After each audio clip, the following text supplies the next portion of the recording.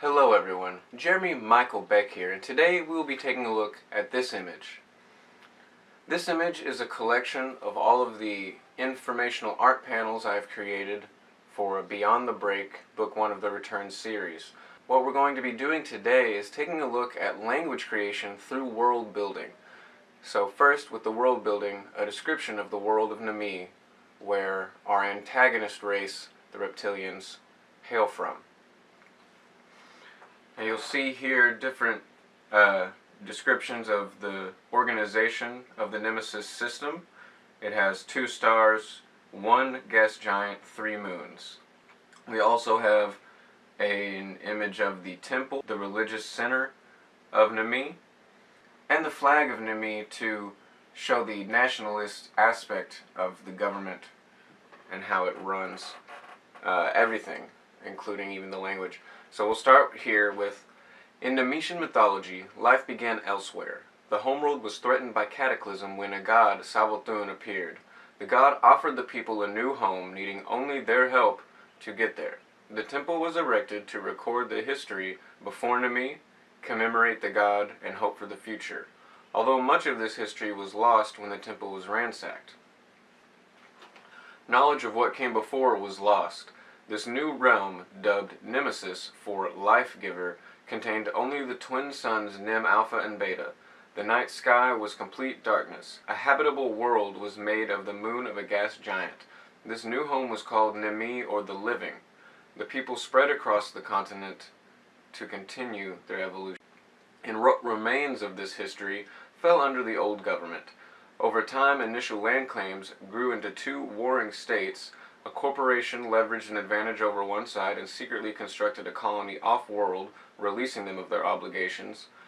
Their weapons were used by all to devastate Nami. The leaders lost power, the 2 countries replaced by real estate properties. The CEOs ruled under the title of Emperor. The old government was dismantled after a revolt. The temple, ownership of which had driven the many wars past, was raided and damaged in the assault on one capital. The Emperor absorbed the minor militias into the Militia Majora, their personal police force. It was agreed the new temple be separate from their government, but elected the speaker to represent. So we have a little bit of the world building there. And in that description, the spatial relationship between the people and where they are, the 2 suns, the 3 moons, the 1 gas giant, and it is from this that we built our language. So if you'll take a look here at the cipher, you'll see a lot of phonetic sounds under these symbols, and it is simply an English cipher, English words turned into these symbols. However, when they are output, they don't sound the same as the English words. That's a different cipher altogether.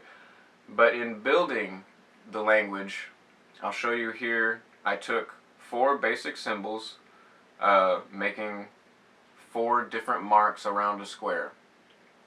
And on those marks I applied a single stroke, 2 strokes, or 3 strokes for the single planet, the 2 stars, and the 3 moons, and was able to create, I believe, 32 symbols to run for phonetic sounds. And then also I decided to make some symbols for concepts such as up and down, equal to, or opposite of, where we use some mathematical symbolism there. Symbols for Nimi itself, as well as a conjugation plan and how to differentiate between proper nouns and things like that. And then we have a number system, which again is based on these 3 strikes that can be made into 10 different symbols, and then everything is written in what would be scientific notation, which I have right here if I don't have that scanned in for you to look at. You can see how the different numbers would be written out. And yes, so that is how a language can be created from your world building. So thank you so much for watching this video, and we will see you next week.